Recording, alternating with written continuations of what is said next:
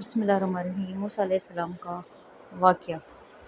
بنی اسرائیل کی حالت حضرت موسیٰ کی پیدائش سے پہلے یہ تھی کہ لوگ خادم تھے۔ فرعون نے ان کو مختلف قسم کے کاموں میں مقرر کیا ہوا تھا۔ کچھ لوگوں کو تعمیر کے کاموں میں لگایا ہوا تھا تو کچھ لوگوں سے ہل چلانے کا کام لیا جاتا تھا، کچھ لوگوں سے کھیتی باڑی کے مختلف کام لیے جاتے تھے، کچھ لوگ فصل کاشت کٹائی وغیرہ کے کاموں میں مقرر تھے۔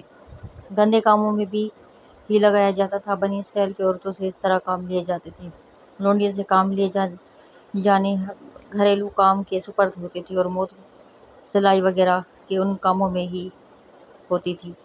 قرآن کریم میں ہے کہ ہم نے موسیٰ علیہ السلام کی ماں کو الہام فرمایا اور اسے دودھ پلا کر پھر جب تجھے اس سے اندیشہ ہو تو اس میں دریا میں ڈال دے، اور نہ ڈر اور نہ غم، بے شک یہ تیری طرف پھیر لائیں گے اور اسے رسول بنائیں گے۔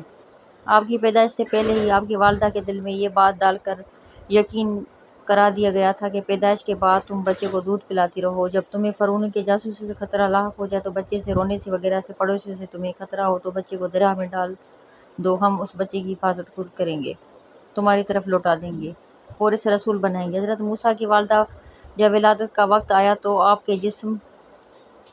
آپ کے پاس ایک دائی آئی اور ان میں سے جو فرعون نے اسرائیل کی عورتوں کے لیے مقرر کی رکھی تھی۔ جب حضرت موسیٰ پیدا ہوئے تو آپ کے دونوں آنکھوں کے درمیان میں سے نور کی کرنیں ظاہر ہوتی تھیں، جنہیں دیکھتے ہی دائی کا ہر جوڑ کانپنے لگتا تھا۔ اس میں حضرت موسیٰ کی محبت ڈال دی گئی تھی۔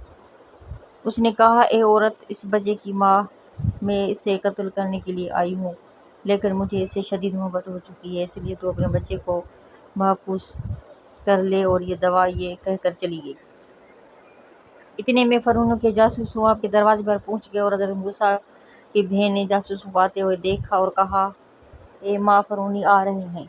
آپ کی ماں کچھ نہیں آ رہا تھا، کچھ کیا کرے، وہ بے ہوش اور حواس جاتے رہے۔ بچے کو ڈر کے مارے کپڑے میں لپیٹ کر جلتے تندور میں ڈال دیا۔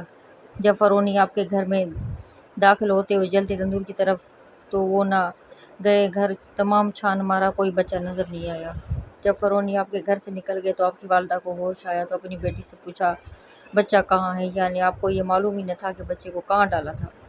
بیٹی نے جواب دیا، تو مجھے کچھ پتہ ہی نہیں۔ اتنے میں تندور سے آہستہ آہستہ رونے کی آواز آئی اور آپ کی والدہ نے دیکھا کہ بچے پر آگ ٹھنڈی سلامت ہو چکی ہے۔ انہوں نے بچے کو تندور سے نکال لیا اور والدہ جب بچے کی یہ فکر امن گیر ہوئی تو فرعون بچے کی تلاش میں پوری جدوجہد کر رہے تھے اور انہوں نے بچے کو صندوق میں ڈال دیا، دریا میں ڈالنے کا فیصلہ کر لیا، اور کیونکہ اللہ تبارک تعالیٰ نے ان کے دل میں پختہ بات ڈال دی تھی کہ اس طرح بچہ محفوظ رہے گا، ایک دن نہیں واپس مل جائے گا۔